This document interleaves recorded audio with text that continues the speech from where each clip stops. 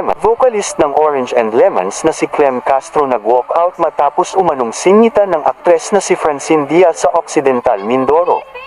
Ano nga ba ang totoong nangyari? Makikitang nasa entablado si Francine habang nagsa-soundcheck ang banda na Orange and Lemons. Dito na nagkaroon ng hindi pagkakaintindihan at ang banda ay umalis na lang sa stage.